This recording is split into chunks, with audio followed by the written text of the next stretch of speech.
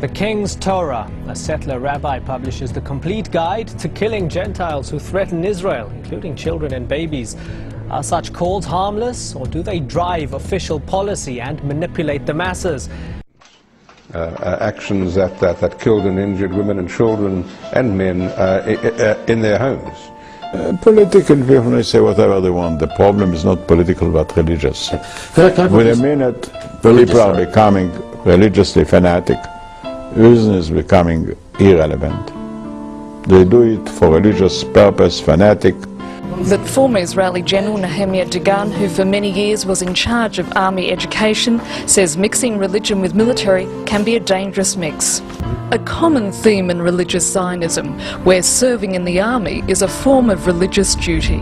It says in the Torah that we have to go to the army.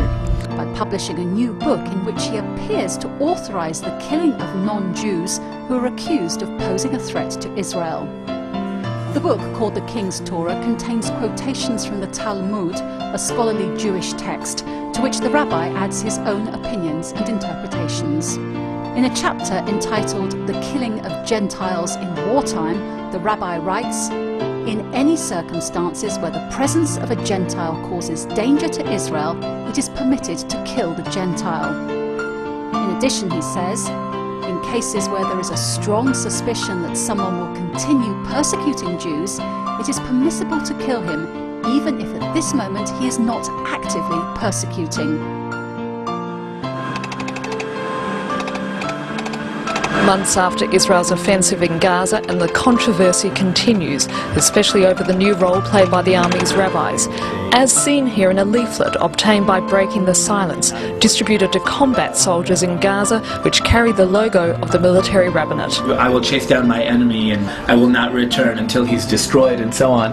That's as religious biblical reference as you get. We don't care what the world thinks about what our land is or what our land is not. You don't care what the world thinks? No. Why? Because we are a chosen nation, and the world knows that. And God promised us Jerusalem. Jewish historian Tony Jutt wrote in 2006 on Israel's 58th birthday that the country was curiously immature and, quote, consumed by a brutal confidence in its own uniqueness, certain that no one understands it and everyone is against it, and full of wounded self-esteem, quick to take offence and quick to give it, end quote. Less than 2 hours after the families are evicted, the Israeli police help more than 20 Jewish settlers move into the now empty properties. And in this war, the Palestinians in Gaza have nothing. And Israel is one of the strongest states in the world.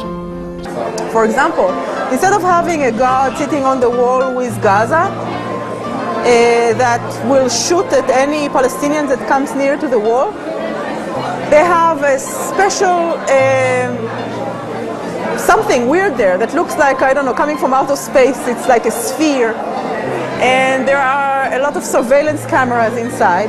And then there are women who sit in a base, an army base, inside Israel, far from there, who control these cameras, and when they see something moving, they can shoot it from afar. So they have a room full of people who just control this entire section of the wall with Gaza.